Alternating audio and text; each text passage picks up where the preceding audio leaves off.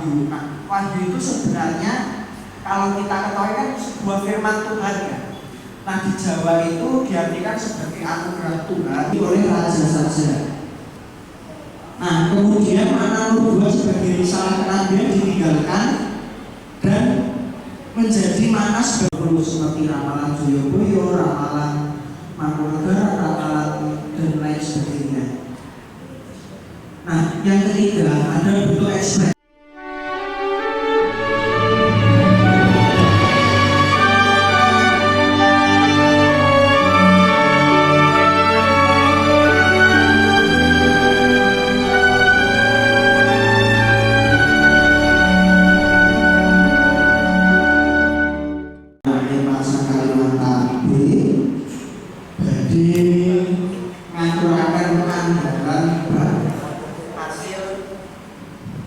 Hasil panaliten kula kalau ini ingkang kula asokaken wonten ing Lomba Karya Tulis Ilmiah Nasional ing Universitas Gadjah Mada Yogyakarta. Dan menika sampun kula menawi badhe ngaturaken wonten ing Bapak Ibu guru lan dikeladuk menika mangke tasih muda tasih bodho ing kok lulus matur wonten ing sopannya sebelum itu di Panilas pados nyanyi basa Indonesia kemawon pados kanca-kanca kang wonten ing langkung kono langkung paham Bapak Ibu jadi pangapunten. Nah, kemarin saya melakukan sebuah penelitian terkait balungan lakon wayang Purwo koleksi Museum Radio Pustaka RP250E.2 koleksi Museum Radio Pustaka yang utamanya di bagian ke-16 yaitu Wahyu Hidayat yang saya analisis secara wacana kritis kepemimpinan yang terdapat di dalam wayang tersebut.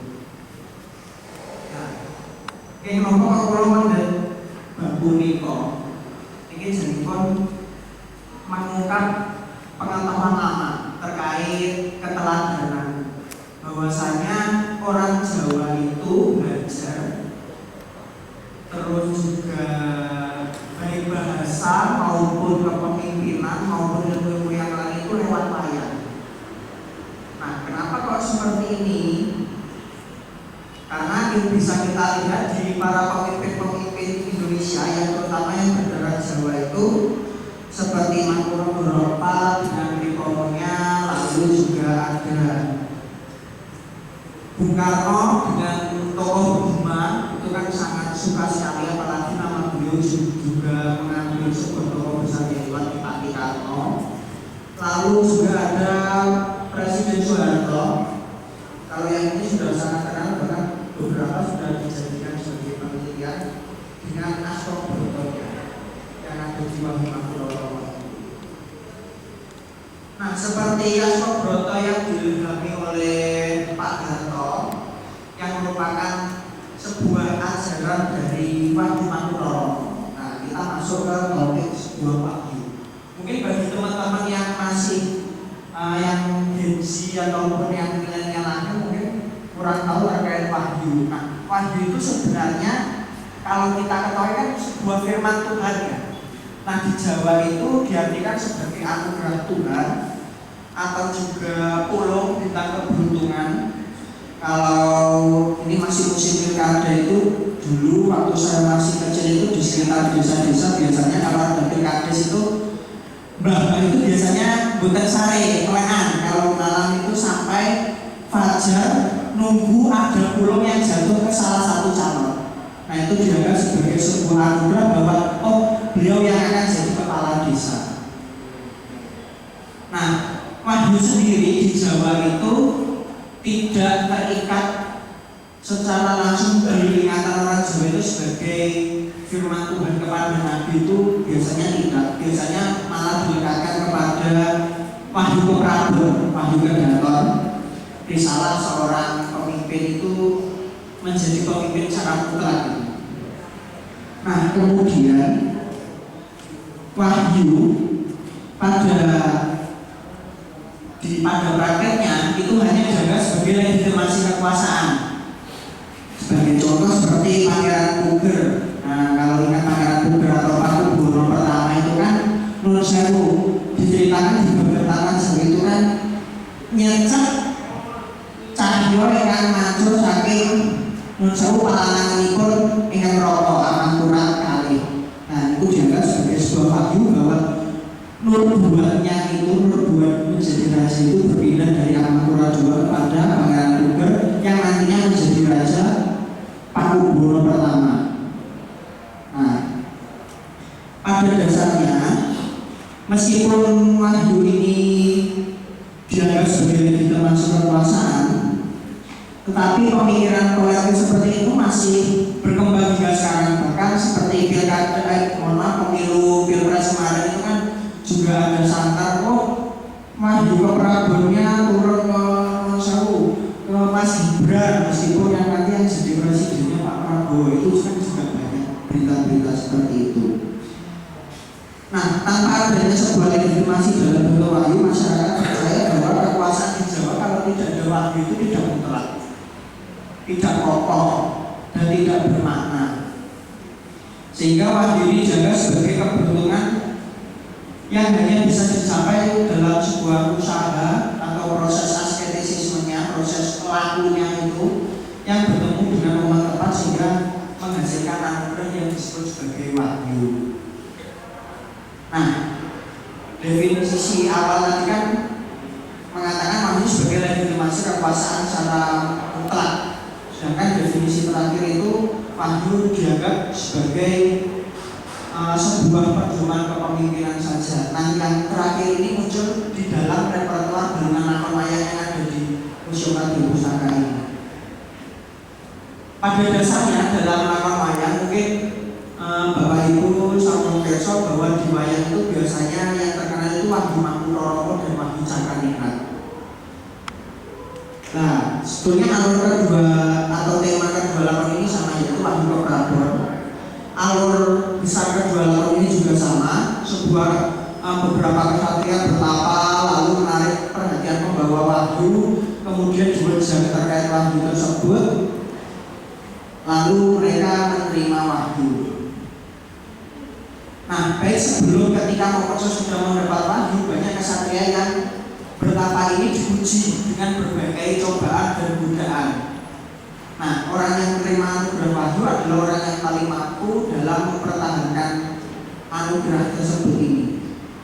Kemudian dalam lakon wahyu nubuat yang kami ambil ini ternyata memiliki kesamaan dengan Wahyu Cakraningrat. Bisa dikatakan bahwa lakon ini adalah embrio dari Wahyu Cakraningrat yang dipakai dalam sekarang ini.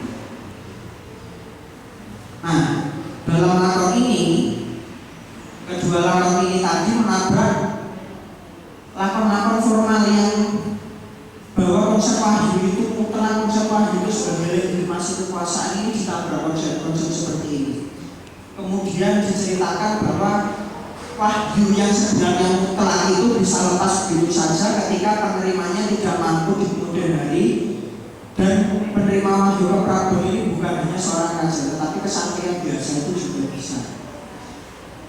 Nah, berdasarkan uraian ini saya memiliki hipotesis bahwa teks Wahyu Hidayat mencakup sebuah pelaksanaan kepemimpinan pada konsep wahyu nubuat ini dengan dinamika proses penerimaan wahyu yang hanya sebagai pedoman kepemimpinan, bukan mutlak sebagai legitimasi kekuasaan.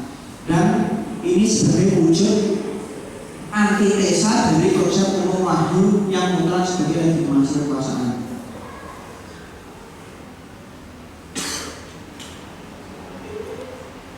Nah, ini bahan objek yang kami gunakan yaitu Pakem Renggit Purwo dengan kode naskah atau kode manuskrip RP 250E.2.16. Penulisnya Imam Dio Canito, ditulis sekitar awal abad ke-20. Ini merupakan bagian bendungan lakon yang saya ambil itu bagian ke-16 dengan judul Lamaan Wahyu Hidayat. Fungsi dari naskah ini sebagai pedoman pembelajaran sebuah seperti bimbingan belajar pedalangan Pasinal Dalan Surakarta yang dulunya ada di Museum Radio Solo, kemudian pindah ke Belanda kembali. Nah, seperti itu. Nah, hasilnya adalah seperti ini. Meskipun lakon ini berjudul Lampah Hidayah, tetapi secara keseluruhan yang menjadi tokoh utama itu adalah yang menjadi pembahasan utama adalah Wahyu Nubuwah, yang di sini menjadi sebuah simbol pencapaian konsep kepemimpinan. Nah, sedangkan subtemanya adalah bagaimana wahyu ini turun. Prosesnya turun ini melalui dinamika yang sebegitu rupa, terus kemudian ada pemilihan tersendiri, kemudian penerimaan wahyu itu menjadi sebuah simbol kepemimpinan oleh para kesatria yang berada di hutan Kendayana. Jadi para pesantren itu pertama di hutan Kendayana sampai di Buddha, kemudian turun, kemudian dia menerima wahyu. Nah, pada dasarnya yang dibahas dalam lakon ini itu memang wahyu keraton atau wahyu keprabon yang memang biasanya sebagai legitimasi kekuasaan.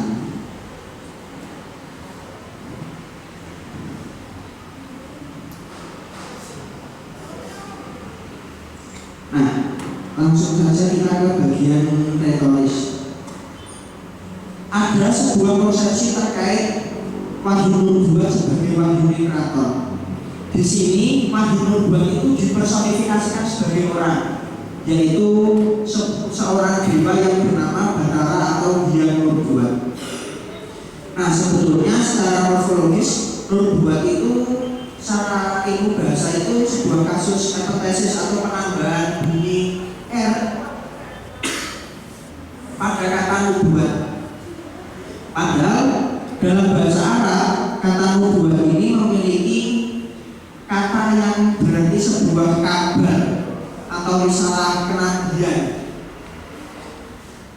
yang bahkan di bahasa Indonesia pun sudah ada ya kata nubuwah. Oh, dinubuahkan menjadi orang ini, dinubuahkan menjadi ini, seperti itu.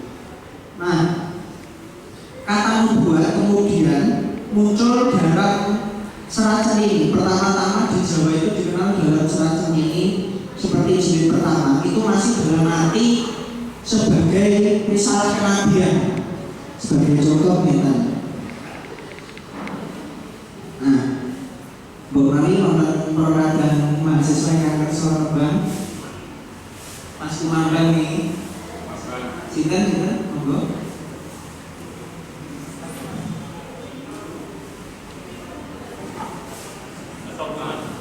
Contoh sampai ini loh. Nopo Bapak Ibu guru yang wonten ing kerso yang kaharaken tembaku nilo. Oh, kira-kira loh.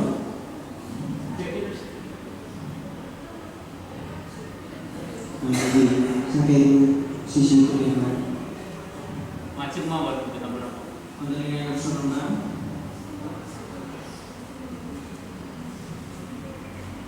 pulau kebanyakan ini malam ini. Jawini pun wahyu nubuwah pun niki dene masa nyata cuma nabi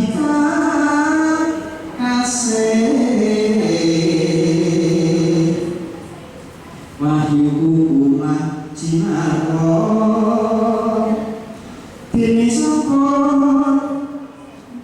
cuma narpati yati kang wahyu wilayah cuma wali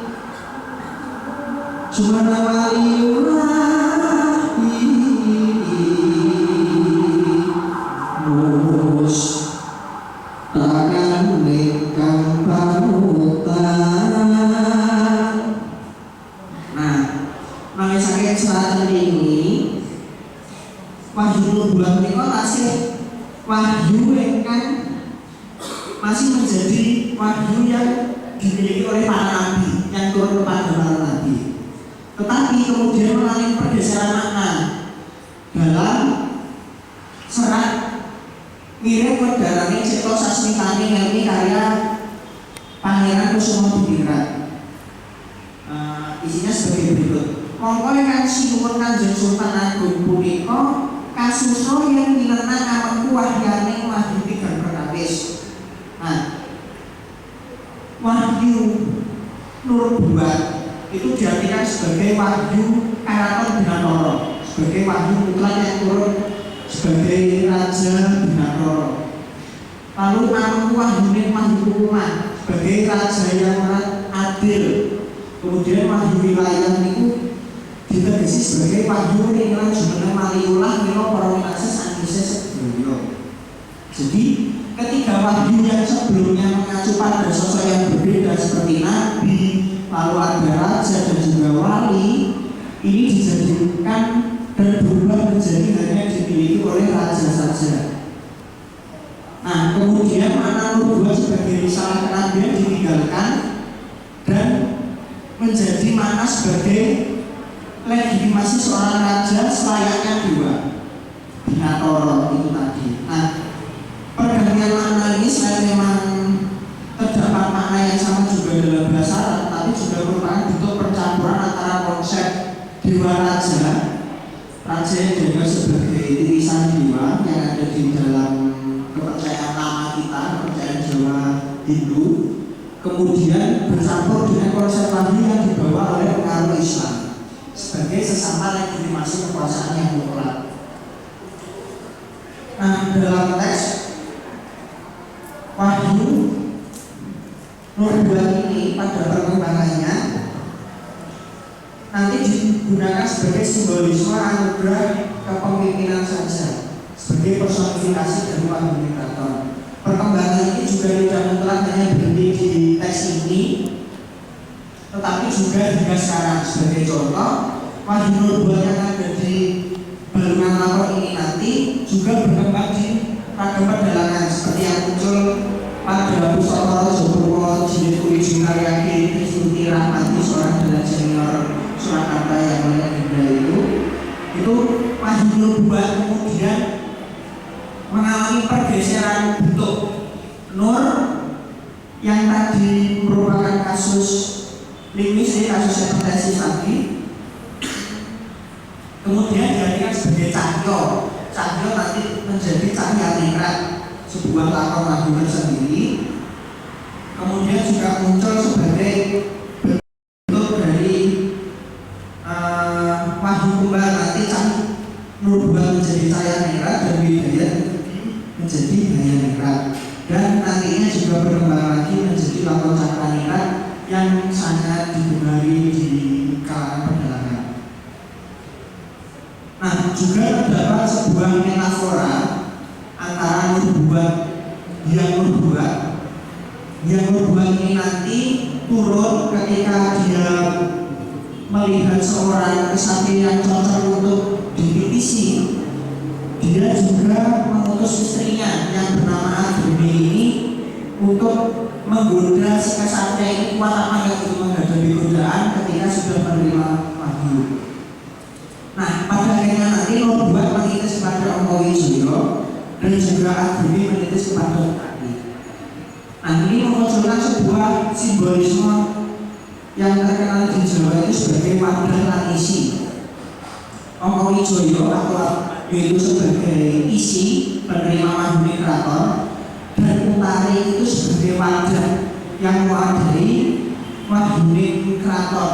Nah, kemudian Ongkowijoyo dan Utari nanti kan dijodohkan, kemudian menikah dan juga memiliki sebuah anak. Nah, simbol hasil wadah dan isi ini tadi merupakan simbol kesuburan yang nantinya menjadikan regenerasi kepemimpinan, sehingga simbolisme yang muncul di dalam metafora antara nubuat Agreni dengan Ongkowijoyo Utari ini yang pertama adalah pernikahan, kemudian sebagai bentuk kematangan jiwa, kemudian juga ada regenerasi sebagai bentuk bentuk keberlanjutan visi dan pengetahuan lewat tari kesit. Nanti kan anak dari Ongowi Jodoh Utari kan adalah tari kesit yang juga menjadi raja.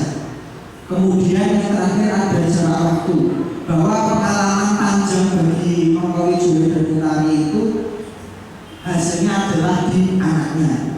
Kepemimpinan yang muncul di Wahyu Nubuat ini diunduh atau dituai oleh anaknya. Kemudian yang terakhir juga ada bentuk harapan menawarkan masa depan yang ideal bagi dia dan sebagai penguat mereka di masa sulit selayaknya ramalan. Itu selain juga muncul di dalam lakon wayang ini bentuk-bentuk ramalan dan harapan ini banyak marak muncul di sekitar abad awal 20 seperti ramalan Joyoboyo, ramalan Mangkunegara, ramalan dan lain sebagainya. Nah, yang ketiga ada bentuk ekspresi terkait konsepsi penerimaan wahyu.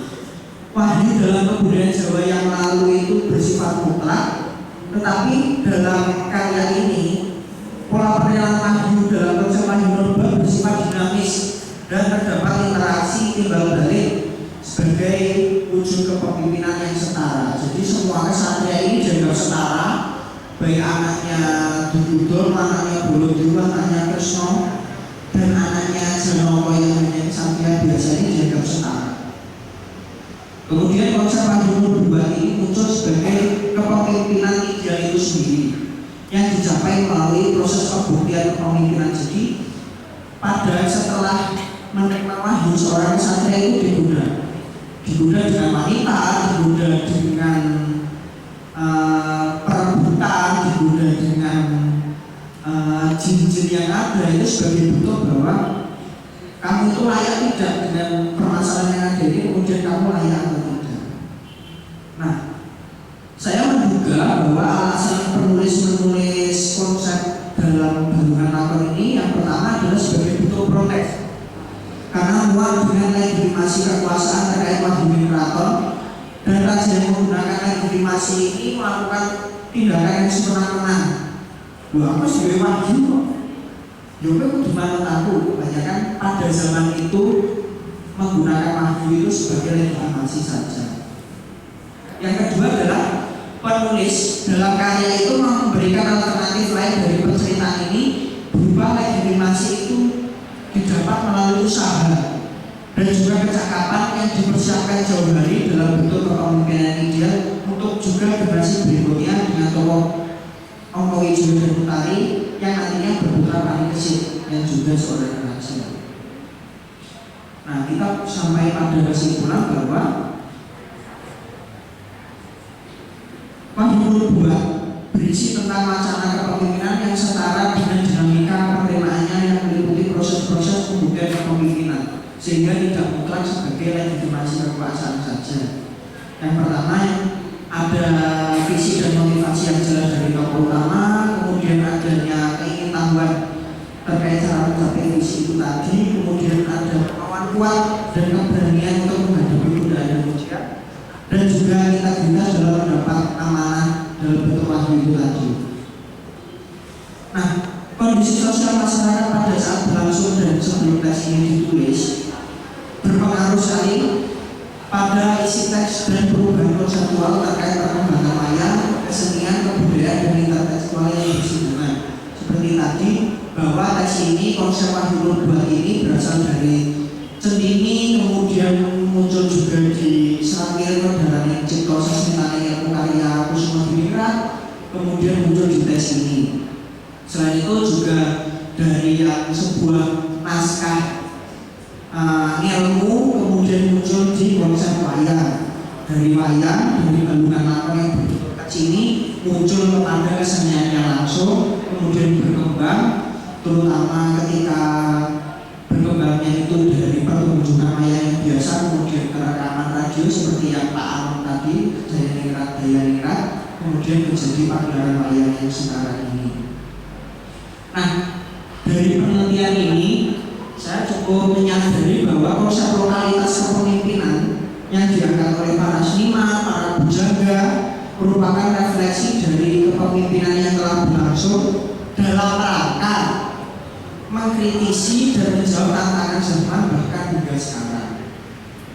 Demikian dari saya.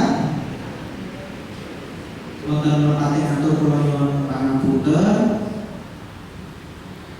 Semanten atur kula aturaken nggih panuwun kagem Nuwun